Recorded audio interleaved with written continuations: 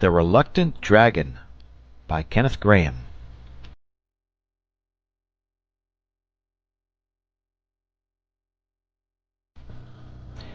Long ago, I'd have been hundreds of years ago, in a cottage halfway between a little English village and the shoulder of the Downs, a shepherd lived with his wife and their little son.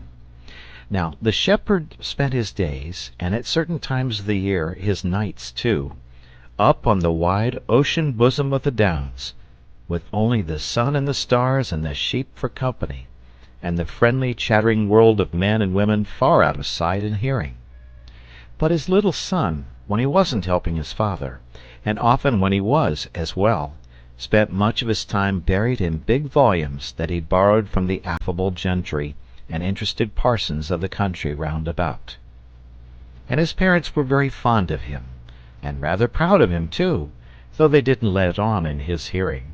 So he was left to go his own way and read as much as he liked, and instead of frequently getting a cuff on the side of the head, as might very well have happened to him, he was treated more or less as an equal by his parents, who sensibly thought it a very fair division of labour that they should supply the practical knowledge and he the book learning. They knew that book learning often came in useful at a pinch, in spite of what their neighbours said.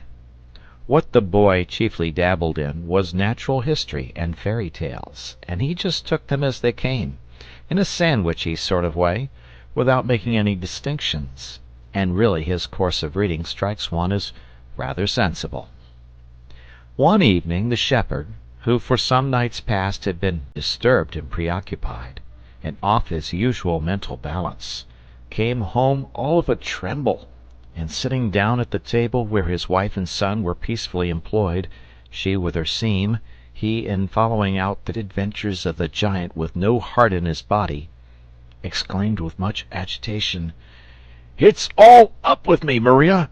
Never no more can I go up on them there Downs, was it ever so!" "Now don't you take on like that," said his wife, who was a very sensible woman, "but tell us all about it first, whatever it is as has given you this shake-up, and then me and you and the son here, between us, we ought to be able to get to the bottom of it." "It began some nights ago," said the shepherd. "You know that cave up there? I never liked it, somehow, and the sheep never liked it neither. And when sheep don't like a thing, there's generally some reason for it. Well, for some time past there's been faint noises coming from that cave, noises like heavy sighings, with grunts mixed up in them, and sometimes a snoring, far away down, real snoring, yet somehow not honest snoring like you and me o' nights, you know." "I know," remarked the boy quietly. "Of course I was terrible frightened," the shepherd went on, "yet somehow I couldn't keep away. So this very evening, before I come down, I took a cast round by the cave quietly. And there, oh Lord, there I saw him at last, as plain as I see you." "Saw who?" said his wife, beginning to share in her husband's nervous terror. "Why, him, I'm a-telling you," said the shepherd. "He was halfway sticking out of the cave, and seemed to be enjoying of the cool of the evening in a poetical sort of way. He was as big as 4 cart-horses, and all covered with shiny scales, deep blue scales at the top of him, shading off to a tender sort of green below. As he breathed, there was that sort of flicker over his nostrils that you see over our chalk roads on a baking windless day in summer. He had his chin on his paws, and I should say he was meditating about things. Oh, yes, a peaceable sort of beast enough, and not ramping or carrying on or doing anything but what was quite right and proper. I admit all that. And yet, what am I to do? Scales, you know, and claws, and a tail for certain, though I didn't see that end of him. I ain't used to 'em, and I don't hold with 'em, and that's a fact." The boy, who had apparently been absorbed in his book during his father's recital, now closed the volume, yawned, clasped his hands behind his head, and said sleepily, It's all right, Father. Don't you worry. It's only a dragon. Only a dragon! Cried his father. What do you mean sitting there, you and your dragons? Only a dragon, indeed! And what do you know about it? 'Cause it is, and 'cause I do know, replied the boy quietly. Look here, Father. You know we've each of us got our line. You know about sheep and weather and things. I know about dragons. I always said, you know, that cave up there was a dragon cave. I always said it must have belonged to a dragon sometime, and ought to belong to a dragon now if rules count for anything. Well, now you tell me it has got a dragon, and so that's all right. I'm not half as much surprised as when you told me it hadn't got a dragon. Rules always come out right if you wait quietly. Now please, just leave this all to me. I'll stroll up tomorrow morning. No, in the morning I can't. I've got a whole heap of things to do. Well, perhaps in the evening, if I'm quite free, I'll go up and have a talk with him, and you'll find it'll be all right. Only please, don't you go worrying round there without me. You don't understand 'em a bit, and they're very sensitive, you know. He's quite right, Father, said the sensible mother. As he says, dragons is his line and not ours. He's wonderful knowing about a book beast, as everyone allows. And to tell the truth, I'm not half happy in my own mind, thinking of that poor animal lying alone up there, without a bit of hot supper or anyone to change the news with. And maybe we'll be able to do something for him. And if he ain't quite respectable, our boy'll find it out quick enough. He's got a pleasant sort of way with him that makes everybody tell him everything. Next day, after he'd had his tea, the boy strolled up the chalky track that led to the summit of the downs. And there, sure enough, he found the dragon, stretched lazily on the sward in front of his cave. The view from that point was a magnificent one. To the right and left, the bare and billowy leagues of downs. In front, the vale, with its clustered homesteads, its threads of white roads running through orchards and well-tilled acreage, and far away, a hint of gray old cities on the horizon. A cool breeze played over the surface of the grass, and the silver shoulder of a large moon was showing above distant junipers. No wonder the dragon seemed in a peaceful and contented mood. Indeed, as the boy approached, he could hear the beast purring with a happy regularity. Well, we live and learn, he said to himself. None of my books ever told me that dragons purred. Hello, dragon, said the boy quietly when he got up to him. The dragon, on hearing the approaching footsteps, made the beginning of a courteous effort to rise, but when he saw it was a boy, he set his eyebrows severely. Now, don't you hit me, he said, or bung stones, or squirt water or anything. I won't have it, I tell you. Not going to hit you, said the boy wearily, dropping on the grass beside the beast. And don't, for goodness sake, keep on saying don't. I hear so much of it, and it's monotonous. It makes me tired. I've simply looked in to ask how you were, and all that sort of thing. But if I'm in the way, I can easily clear out. I've lots of friends, and no one can say I'm in the habit of shoving myself in where I'm not wanted. No, don't go off in a huff, said the dragon hastily. Fact is, I'm as happy up here as the day's long. Never without an occupation, dear fellow, never without an occupation. And yet, between ourselves, it is a trifle dull at times. The boy bit off a stalk of grass and chewed it.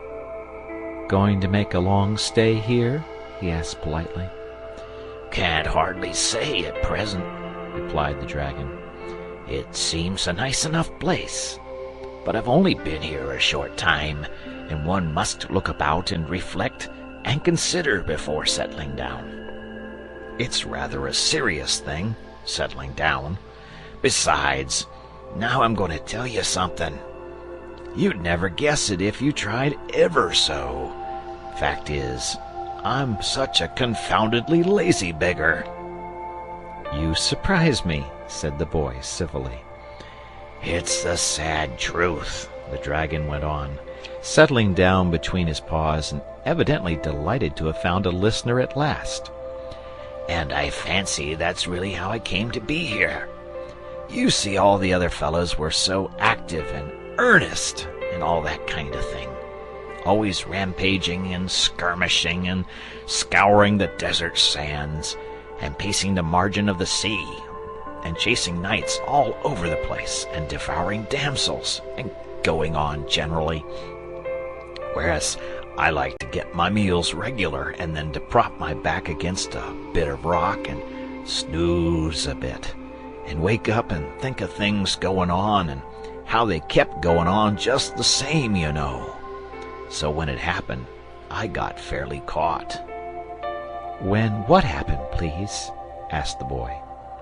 "That's just what I don't precisely know," said the dragon.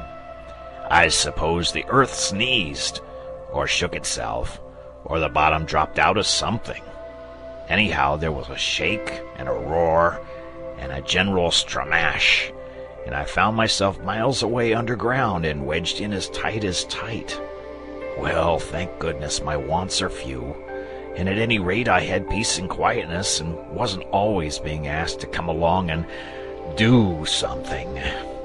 And I've got such an active mind, always occupied, I assure you. But time went on. There was a certain sameness about the life, and at last I began to think it would be fun to work my way upstairs and see what you other fellows were doing. So I scratched and burrowed and worked this way and that way, and at last I came out through this cave here. And I liked the country and the view and the people, what I've seen of them, and on the whole I feel inclined to settle down here." "What's your mind always occupied about?" asked the boy. "That's what I want to know." The dragon colored slightly and looked away. Presently he said bashfully, "Did you ever, just for fun, try to make up poetry? Verses, you know?" "Course I have," said the boy. "Heaps of it. And some of it's quite good, I feel sure. Only there's no one here cares about it. Mother's very kind and all that when I read it to her, and so's father for that matter, but somehow they don't seem to—" "Exactly!" cried the dragon. "My own case exactly. They don't seem to, and you can't argue with them about it. Now you've got culture, you have. I could tell it on you at once, and I should just like your candid opinion about some little things I threw off lightly when I was down there. I'm awfully pleased to have met you, and I'm hoping the other neighbors will be equally agreeable. There was a very nice old gentleman up here only last night, but he didn't seem to want to intrude."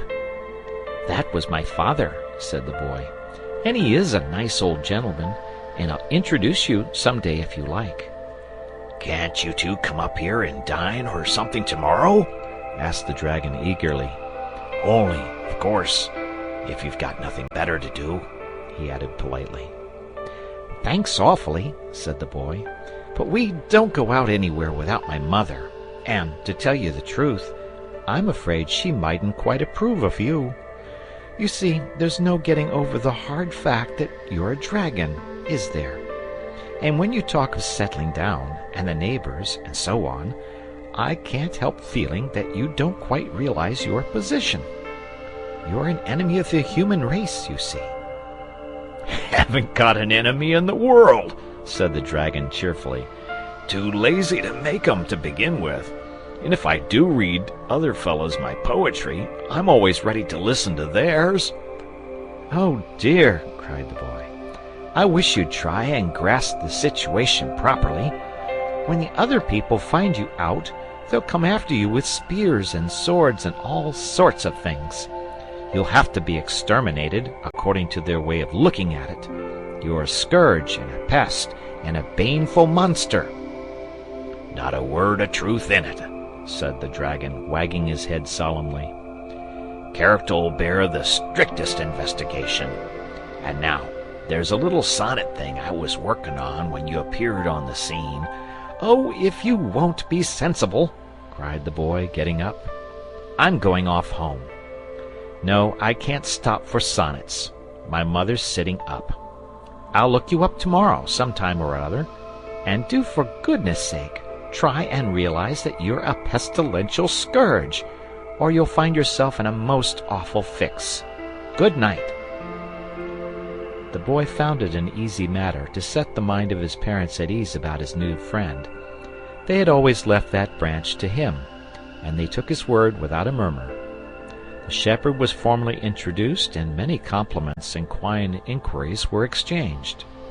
His wife, however, though expressing her willingness to do anything she could, to mend things, or set the cave to rights, or cook a little something when the dragon had been poring over his sonnets and forgotten his meals, as male things will do, could not be brought to recognize him formally. The fact that he was a dragon, and they didn't know who he was, seemed to count for everything with her. She made no objection, however, to her little son spending his evenings with the dragon quietly, so long as he was home by 9 o'clock, and many a pleasant night they had, sitting on the sward, while the dragon told stories of old times, when dragons were quite plentiful, and the world was a livelier place than it is now, and life was full of thrills and jumps and surprises. What the boy had feared, however, soon came to pass. The most modest and retiring dragon in the world, if he's as big as 4 cart horses and covered with blue scales, cannot keep altogether out of the public view. And so in the village tavern of nights, the fact that a real live dragon sat brooding in the cave on the downs was naturally a subject for talk. Though the villagers were extremely frightened, they were rather proud as well. It was a distinction to have a dragon of your own, and it was felt to be a feather in the cap of the village. Still, all were agreed that this sort of thing couldn't be allowed to go on. The dreadful beast must be exterminated. The countryside must be freed from this pest, this terror, this destroying scourge. The fact that not even a hen roost was the worst for the dragon's arrival wasn't allowed to have anything to do with it. He was a dragon, and he couldn't deny it. And if he didn't choose to behave as such, that was his own lookout. But in spite of much valiant talk, no hero was found willing to take sword and spear and free the suffering village and win deathless fame. And each night's heated discussion always ended in nothing. Meanwhile, the dragon, a happy bohemian, lolled on the turf, enjoyed the sunsets, told antediluvian anecdotes to the boy, and polished his old verses while meditating on fresh ones. One day the boy, on walking into the village, found everything wearing a festal appearance which was not to be accounted for in the calendar. Carpets and gay-colored stuffs were hung out of the windows, the church bells clamored noisily, the little street was flower-strewn, and the whole population jostled each other along either side of it, chattering, shoving, and ordering each other to stand back. The boy saw a friend of his own age in the crowd and hailed him. "What's up?" he cried. "Is it the players, or bears, or circus, or what?" "It's all right," his friend hailed back. "He's a-comin'."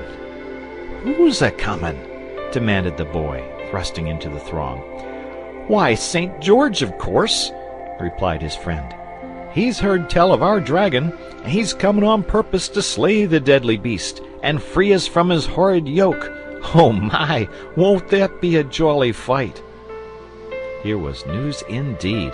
The boy felt that he ought to make quite sure for himself, and he wriggled himself in between the legs of his good-natured elders, abusing them all the time for their unmannerly habit of shoving. Once in the front rank, he breathlessly awaited the arrival. Presently, from the faraway end of the line, came the sound of cheering. Next, the measured tramp of a great war horse made his heart beat quicker, and then he found himself cheering with the rest as, amidst welcoming shouts, shrill cries of women, uplifting of babies, and waving of handkerchiefs, St. George paced slowly up the street. The boy's heart stood still, and he breathed with sobs. The beauty and the grace of the hero were so far beyond anything he had yet seen.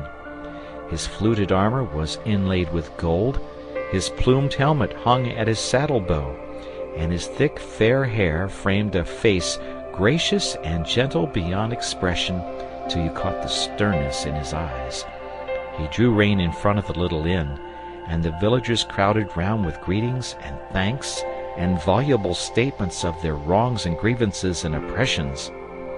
The boy heard the grave, gentle voice of the saint, assuring them that all would be well now, and that he would stand by them and see them righted and free them from their foe.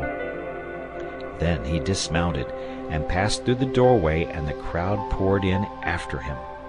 But the boy made off up the hill as fast as he could lay his legs to the ground. "It's all up, dragon!" he shouted as soon as he was within sight of the beast. "He's coming! He's here now! You'll have to pull yourself together and do something at last." The dragon was licking his scales and rubbing them with a bit of house flannel the boy's mother had lent him, till he shone like a great turquoise. "Don't be violent, boy," he said without looking around. "Sit down and get your breath, and try and remember that the noun governs the verb, and then perhaps you'll be good enough to tell me who's coming." "That's right. Take it coolly," said the boy. "Hope you'll be half as cool when I've got through with my news. It's only St. George who's coming, that's all. He rode into the village half an hour ago. Of course you can lick him, a great big fellow like you, but I thought I'd warn you, 'cause he's sure to be round early, and he's got the longest, wickedest-looking spear you ever did see." And the boy got up and began to jump round in sheer delight at the prospect of the battle. "Oh, dearie, dearie me," moaned the dragon. "This is too awful. I won't see him, and that's flat. I don't want to know the fellow at all. I'm sure he's not nice. You must tell him to go away at once, please. Say he can write if he likes, but I can't give him an interview. I'm not seeing anybody at present." "Now, dragon, dragon," said the boy imploringly, "don't be perverse and wrong-headed. You've got to fight him sometime or other, you know, 'cause he's St. George and you're the dragon. Better get it over, and then we can go on with the sonnets. And you ought to consider other people a little, too. If it's been dull up here for you, think how dull it's been for me." "My dear little man," said the dragon solemnly, "just understand once for all that I can't fight, and I won't fight. I've never fought in my life, and I'm not going to begin now just to give you a Roman holiday. In old days, I always let the other fellows, the earnest fellows, do all the fighting, and no doubt that's why I have the pleasure of being here now." "But if you don't fight, he'll cut your head off," gasped the boy, miserable at the prospect of losing both the fight and his friend. "Oh, I think not," said the dragon in his lazy way. "You'll be able to arrange something. I've every confidence in you. You're such a manager. Just run down, there's a dear chap, and make it all right. I leave it entirely to you." The boy made his way back to the village in a state of great despondency. First of all, there wasn't going to be any fight. Next, his dear and honored friend the dragon hadn't shown up in quite such a heroic light as he would have liked. And lastly, whether the dragon was a hero at heart or not, it made no difference, for St. George would most undoubtedly cut his head off.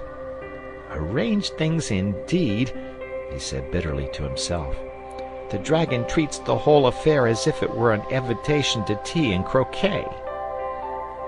The villagers were straggling homewards as he passed up the street, all of them in the highest spirits, and gleefully discussing the splendid fight that was in store. The boy pursued his way to the inn, and passed into the principal chamber, where St. George now sat alone, musing over the chances of the fight, and the sad stories of rapine and of wrong that had so lately been poured into his sympathetic ears. "May I come in, St. George?" said the boy politely, as he paused at the door. "I want to talk to you about this little matter of the dragon, if you're not tired of it by this time." "Yes, come in, boy," said the saint kindly. "Another tale of misery and wrong, I fear me. Is it a kind parent, then, of whom the tyrant has bereft you, or some tender sister or brother? Well, it shall soon be avenged." "Nothing of the sort," said the boy. "There's a misunderstanding somewhere, and I want to put it right. The fact is, this is a good dragon." "Exactly," said St. George, smiling pleasantly. "I quite understand. A good dragon. Believe me, I do not in the least regret that he is an adversary worthy of my steel, and no feeble specimen of his noxious tribe." "But he's not a noxious tribe!" cried the boy distressedly. Oh dear, how stupid men are when they get an idea into their heads! I tell you he's a good dragon, and a friend of mine, and tells me the most beautiful stories you ever heard, all about old times and when he was little. And he's been so kind to Mother, and Mother would do anything for him. And Father likes him too, though Father doesn't hold with art and poetry much, and always falls asleep when the dragon starts talking about style.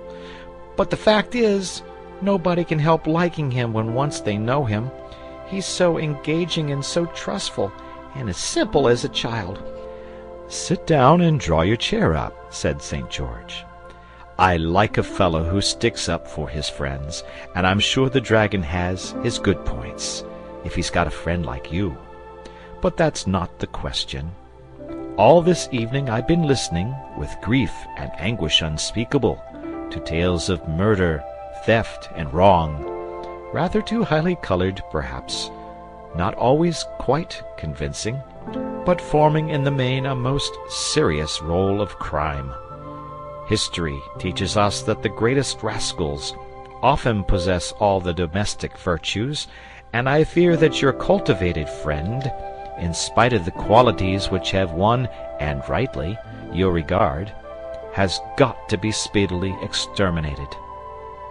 "Oh, you've been taking in all the yarns those fellows have been telling you," said the boy impatiently. "Why, our villagers are the biggest storytellers in all the country round. It's a known fact. You're a stranger in these parts, or else you'd have heard it already. All they want is a fight. They're the most awful beggars for getting up fights. It's meat and drink to them. Dogs, bulls, dragons, anything so long as it's a fight. Why, they've got a poor innocent badger in the stable behind here at this moment. They were going to have some fun with him today, but they're saving him up now till your little affair's over. And I've no doubt they've been telling you what a hero you are, and how you were bound to win, in the cause of right and justice, and so on. But let me tell you, I came down the street just now, and they were betting 6-4 on the dragon freely." 6-4 on the dragon," murmured St. George sadly, resting his cheek on his hand. "This is an evil world, and sometimes I begin to think that all the wickedness in it is not entirely bottled up inside of dragons. And yet, may not this wily beast have misled you as to his real character, in order that your good report of him may serve as a cloak for his evil deeds? Nay, may there not be, at this very moment, some hapless princess immured within yonder gloomy cavern?" The moment he had spoken, St. George was sorry for what he had said. The boy looked so genuinely distressed.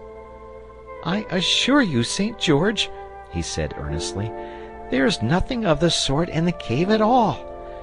The dragon's a real gentleman, every inch of him, and I may say that no one would be more shocked and grieved than he would at hearing you talk in that that loose way about matters on which he has very strong views." "Well, perhaps I have been over-credulous," said St. George. "Perhaps I have misjudged the animal. But what are we to do? Here are the dragon and I almost face to face, each supposed to be thirsting for each other's blood. I don't see any way out of it exactly. What do you suggest? Can't you arrange things somehow?"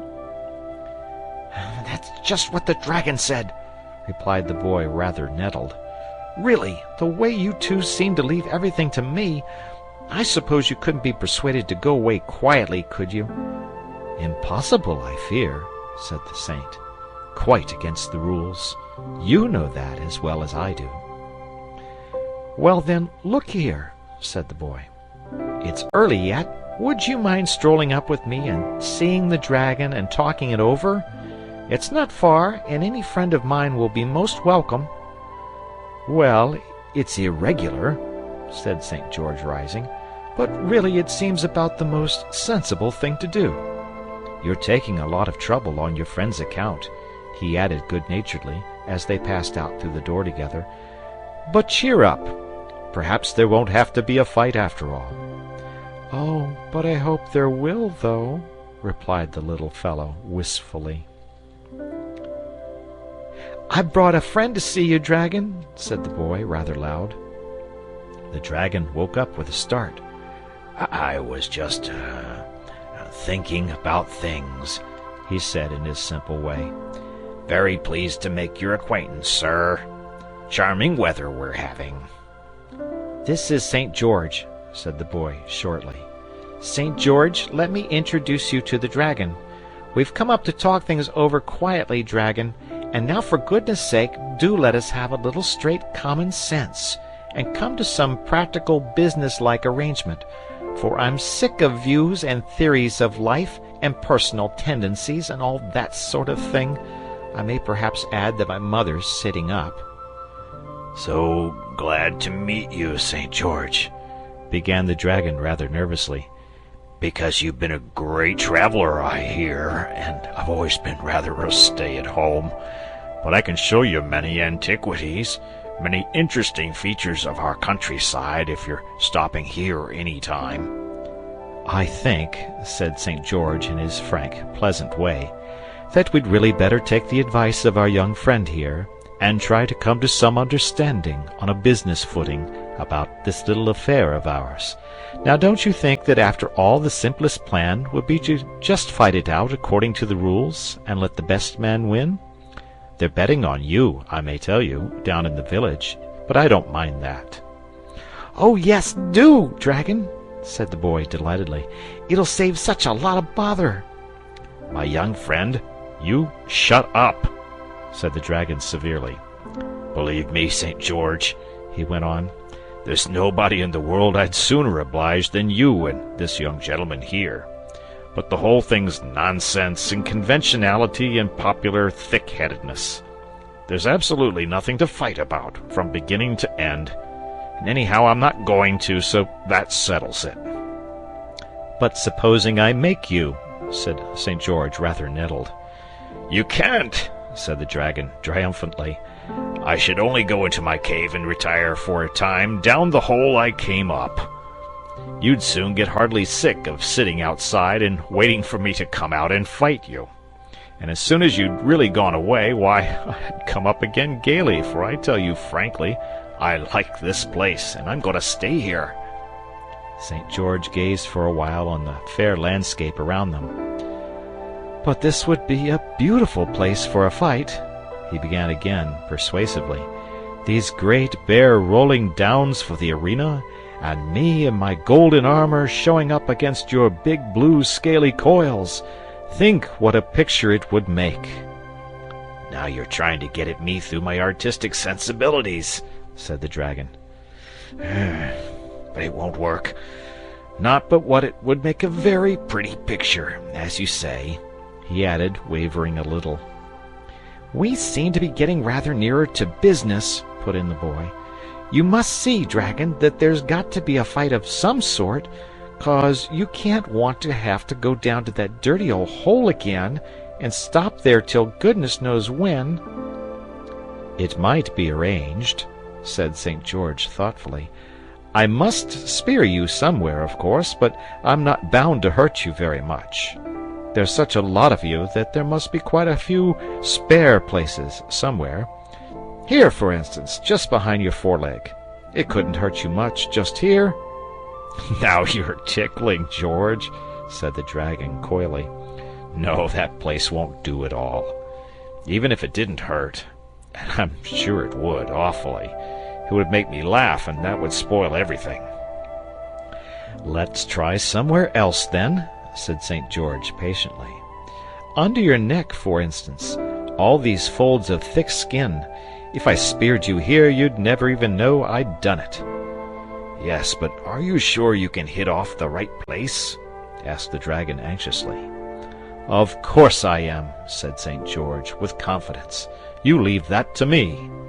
"It's just because I've got to leave it to you that I'm asking," replied the dragon rather testily. "No doubt you would deeply regret any error you might make in the hurry of the moment, but you wouldn't regret it half as much as I should. However, I suppose we've got to trust somebody as we go through life, and your plan seems, on the whole, as good a one as any."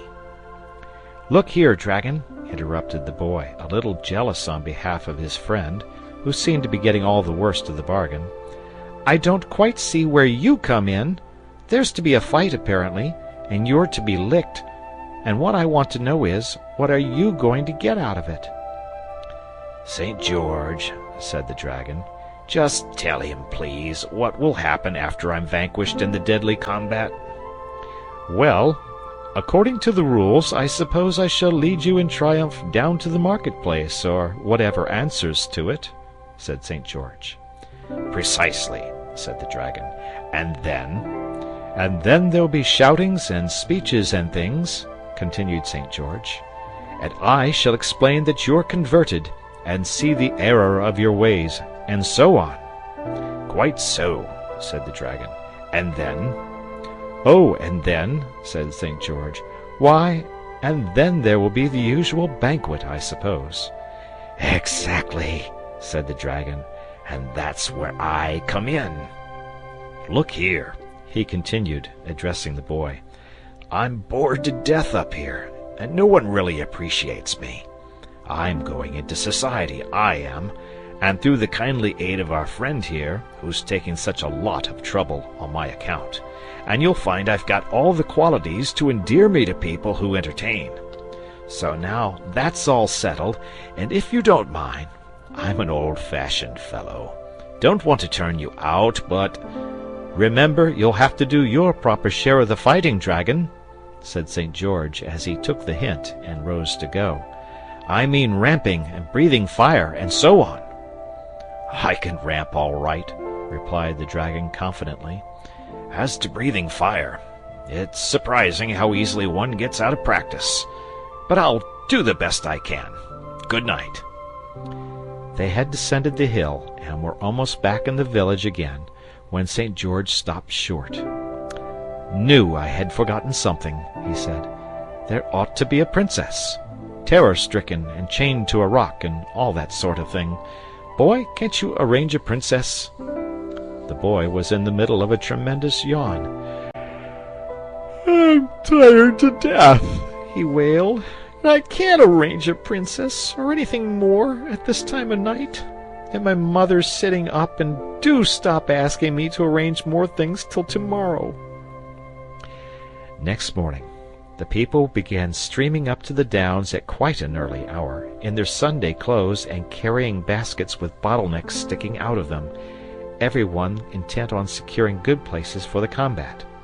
This was not exactly a simple matter, for of course it was quite possible that the dragon might win, and in that case even those who had put their money on him felt they could hardly expect him to deal with his backers on a different footing to the rest. Places were chosen, therefore, with circumspection and with a view to a speedy retreat in case of emergency, and the front rank was mostly composed of boys who had escaped from parental control, and now sprawled and rolled about on the grass, regardless of the shrill threats and warnings discharged at them by their anxious mothers behind. The boy had secured a good front place, well up towards the cave, and was feeling as anxious as a stage manager on first night. Could the dragon be depended upon? He might change his mind and vote the whole performance rot, or else, seeing that the affair had been so hastily planned, without even a rehearsal, he might be too nervous to show up. The boy looked narrowly at the cave, but it showed no sign of life or occupation. Could the dragon have made a moonlight flitting? The higher portions of the ground were now black with sightseers, and presently a sound of cheering and a waving of handkerchiefs told that something was visible to them which the boy, far up towards the dragon end of the line as he was, could not yet see. A minute more, and St. George's red plumes topped the hill, as the saint rode slowly forth on the great level space which stretched up to the grim mouth of the cave. Very gallant and beautiful he looked on his tall war-horse, his golden armor glancing in the sun, his great spear held erect, the little white pennon crimson-crossed fluttering at its point. He drew rein and remained motionless. The lines of spectators began to give back a little, nervously, and even the boys in front stopped pulling hair and cuffing each other, and leaned forward expectant. "Now then, dragon," muttered the boy impatiently, fidgeting where he sat. He need not have distressed himself had he only known.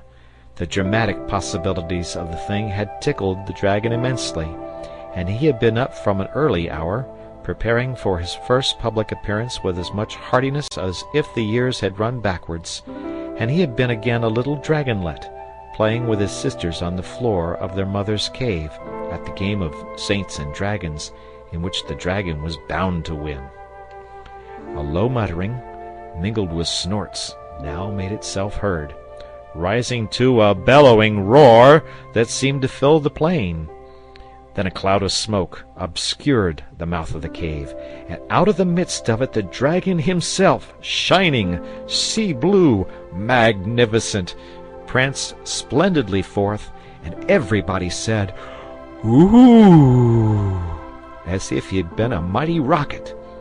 His scales were glittering, his long spiky tail lashed his sides, his claws tore up the turf and sent it flying high over his back, and smoke and fire incessantly jetted from his angry nostrils. "Oh, well done, dragon!" cried the boy excitedly. "Didn't think he had it in him," he added to himself. St. George lowered his spear, bent his head, dug his heels into his horse's sides, and came thundering over the turf. The dragon charged with a roar and a squeal, a great blue whirling combination of coils and snorts and clashing jaws and spikes and fire. "Missed!" yelled the crowd. There was a moment's entanglement of golden armor and blue-green coils and spiky tail, and then the great horse, tearing at his bit, carried the saint, his spear swung high in the air almost up to the mouth of the cave. The dragon sat down and barked viciously, while St. George with difficulty pulled his horse round into position. "End of round 1, thought the boy. "How well they managed it! But I hope the saint won't get excited. I can trust the dragon all right. What a regular play-actor the fellow is!" St. George had at last prevailed on his horse to stand steady, and was looking round him as he wiped his brow. Catching sight of the boy, he smiled and nodded, and held up 3 fingers for an instant. "It seems to be all planned out," said the boy to himself. "Round 3 is to be the finishing one, evidently. Wish it could have lasted a bit longer. Whatever's that old fool of a dragon up to now?" The dragon was employing the interval in giving a ramping performance for the benefit of the crowd. Ramping, it should be explained, consists in running round and round in a wide circle and sending waves and ripples of movement along the whole length of your spine, from your pointed ears right down to the spike at the end of your long tail. When you are covered with blue scales, the effect is particularly pleasing, and the boy recollected the dragon's recently expressed wish to become a social success. St. George now gathered up his reins and began to move forward, dropping the point of his spear and settling himself firmly in the saddle. "Time!" yelled everybody excitedly, and the dragon, leaving off his ramping, sat up on end and began to leap from one side to the other with huge ungainly bounds, whooping like a red Indian. This naturally disconcerted the horse, who swerved violently, the saint only just saving himself by the mane, and as they shot past, the dragon delivered a vicious snap at the horse's tail, which sent the poor beast careering madly far over the downs, so that the language of the saint, who had lost a stirrup, was fortunately inaudible to the general assemblage. Round 2 evoked audible evidence of friendly feeling towards the dragon. The spectators were not slow to appreciate a combatant who could hold his own so well and clearly wanted to show good sport, and many encouraging remarks reached the ears of our friend as he strutted to and fro, his chest thrust out and his tail in the air, hugely enjoying his new popularity. St. George had dismounted and was tightening his girths, and telling his horse, with quite an oriental flow of imagery, exactly what he thought of him, and his relations, and his conduct on the present occasion. So the boy made his way down to the saint's end of the line, and held his spear for him. "It's been a jolly fight, St. George," he said with a sigh. "Can't you let it last a little bit longer?" "Well, I think I'd better not," replied the saint. "The fact is, your simple-minded old friend's getting conceited, now they've begun cheering him, and he'll forget all about the arrangement and take to playing the fool, and there's no telling where he would stop. I'll just finish him off this round." He swung himself into the saddle and took his spear from the boy. "Now don't you be afraid," he added kindly. "I've marked my spot exactly, and he's sure to give me all the assistance in his power, because he knows it's his only chance of being asked to the banquet." St. George now shortened his spear, bringing the butt well up under his arm, and instead of galloping as before, trotted smartly towards the dragon, who crouched at his approach, flicking his tail till it cracked in the air like a great cart whip. The saint wheeled as he neared his opponent, and circled warily round him, keeping his eye on the spare place, while the dragon, adopting similar tactics, paced with caution round the same circle, occasionally feinting with his head. So the two sparred for an opening, while the spectators maintained a breathless silence. Though the round lasted for some minutes, the end was so swift that all the boy saw was a lightning movement of the saint's arm, and then a whirl and a confusion of spines, claws, tail, and flying bits of turf. The dust cleared away, the spectators whooped and ran in cheering, and the boy made out that the dragon was down, pinned to the earth by the spear, while St. George had dismounted and stood astride of him. It all seemed so genuine that the boy ran in breathlessly, hoping the dear old dragon wasn't really hurt. As he approached, the dragon lifted one large eyelid, winked solemnly, and collapsed again. He was held fast to earth by the neck, but the saint had hit him in the spare place agreed upon, and it didn't even seem to tickle. "Ain't you going to cut his head off, master?" asked one of the applauding crowd. He had backed the dragon, and naturally felt a trifle sore. "Well, not today, I think," replied St. George pleasantly. "You see, that can all be done at any time. There's no hurry at all. I think we'll all go down to the village first, and have some refreshment, and then I'll give him a good talking to, and you'll find he'll be a very different dragon." At that magic word, refreshment, the whole crowd formed up in procession and silently awaited the signal to start. The time for talking and cheering and betting was past. The hour for action had arrived. St. George, hauling on his spear with both hands, released the dragon, who rose and shook himself and ran his eyes over his spikes and scales and things to see that they were all in order. Then the saint mounted and led off the procession, The dragon followed meekly in the company of the boy, while the thirsty spectators kept at a respectful interval behind. There were great doings when they got down to the village again, and had formed up in front of the inn. After refreshment, St. George made a speech, in which he informed his audience that he had removed their direful scourge at a great deal of trouble and inconvenience to himself, and now they weren't to go about grumbling and fancying they'd got grievances, because they hadn't. And they shouldn't be so fond of fights, because next time they might have to do the fighting themselves, which would not be the same thing at all. And there was a certain badger in the inn stables which had got to be released at once, and he'd come and see it done himself. Then he told them that the dragon had been thinking over things, and saw that there were two sides to every question, and he wasn't going to do it any more, and if they were good perhaps he'd stay and settle down there. So they must make friends, and not be prejudiced, and go about fancying they know everything there was to be known, because they didn't, not by a long way. And he warned them against the sin of romancing, and making up stories, and fancying other people would believe them just because they were plausible and highly colored.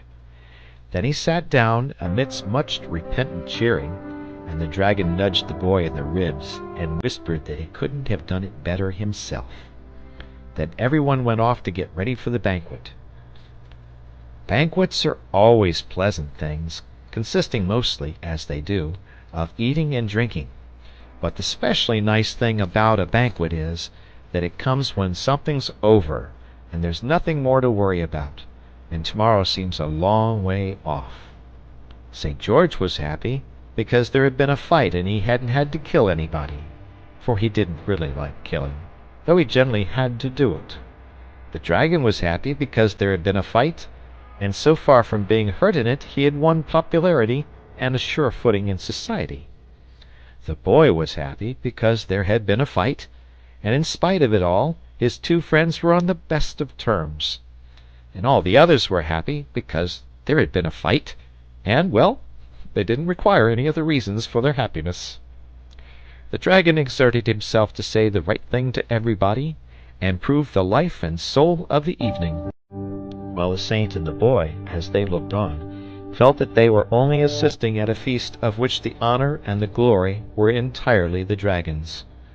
But they didn't mind that, being good fellows, and the dragon was not in the least proud or forgetful. On the contrary, every 10 minutes or so he leant over toward the boy and said impressively, Look here, you will see me home afterwards, won't you? And the boy always nodded, though he had promised his mother not to be out late. At last the banquet was over. The guests had dropped away with many good nights and congratulations and invitations, and the dragon, who had seen the last of them off the premises, emerged into the street followed by the boy, wiped his brow, sighed, sat down in the road and gazed at the stars. Jolly night it's been, he murmured. Jolly stars. Jolly little place this. Think I shall just stop here. Don't feel like climbing up any beastly hill. Boy's promised to see me home. Boy had better do it then. No responsibility on my part. Responsibility all the boys. And his chin sank on his broad chest, and he slumbered peacefully. "Oh, get up, dragon!" cried the boy piteously. "You know my mother's sitting up, and I'm so tired, and you made me promise to see you home, and I never knew what it meant, or I wouldn't have done it." And the boy sat down in the road by the side of the sleeping dragon and cried. The door behind them opened. A stream of light illumined the road, and St. George, who had come out for a stroll in the cool night air, caught sight of the two figures sitting there, the great motionless dragon and the tearful little boy. "What's the matter, boy?" he inquired kindly, stepping to his side. "Oh, it's this great lumbering pig of a dragon," sobbed the boy. "First he makes me promise to see him home, and then he says I'd better do it, and he goes to sleep. Might as well try to see a haystack home. And I'm so tired, and mother's Here he broke down again. "Now, don't take on," said St. George. "I'll stand by you, and we'll both see him home." "Wake up, dragon!" he said sharply, shaking the beast by the elbow. The dragon looked up sleepily. "What a night, George!" he murmured. "What a—" "Now look here, dragon," said the saint firmly. "Here's this little fellow waiting to see you home, and you know he ought to have been in bed these 2 hours, and what his mother'll say I don't know, and anybody but a selfish pig would have made him go to bed long ago." "And he shall go to bed!" cried the dragon, starting up. "Poor little chap! Only fancy his being up at this hour! It's a shame, that's what it is, and I don't think, St. George, you've been very considerate. But come along at once, and don't let us have any more arguing or shilly-shallying. You give me hold of your hand, boy. Thank you, George. An arm up the hill is just what I wanted." So they set off up the hill arm in arm, the saint, the dragon, and the boy. The lights in the little village began to go out, but there were stars, and a late moon, as they climbed to the downs together. And as they turned the last corner and disappeared from view, snatches of an old song were borne back on the night breeze. I can't be certain which of them was singing, but I think it was the dragon. End of the story.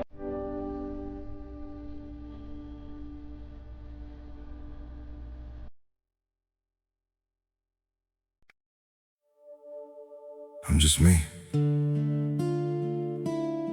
and you're just you. But somehow, that's everything we need.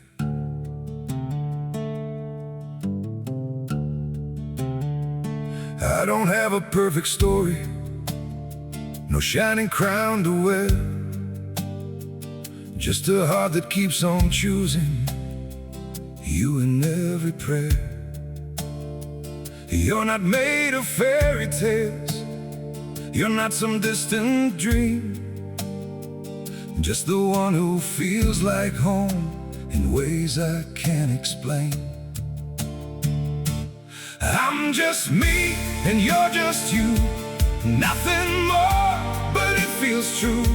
No disguise, no in between, just the way it's meant to be. We don't need to be someone, we don't have to chase the sun. In this world so wild and free, you belong with me.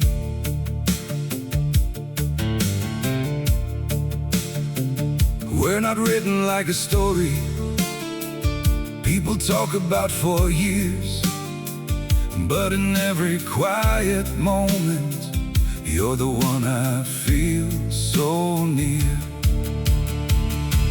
I'm just me and you're just you, nothing more, but it feels true. No disguise, no in between, just the way it's meant to be. We don't need to be someone, we don't have to chase the sun. In this world so wild and free, you belong with me. Maybe we're not perfect, maybe we don't shine, but if you stay beside me,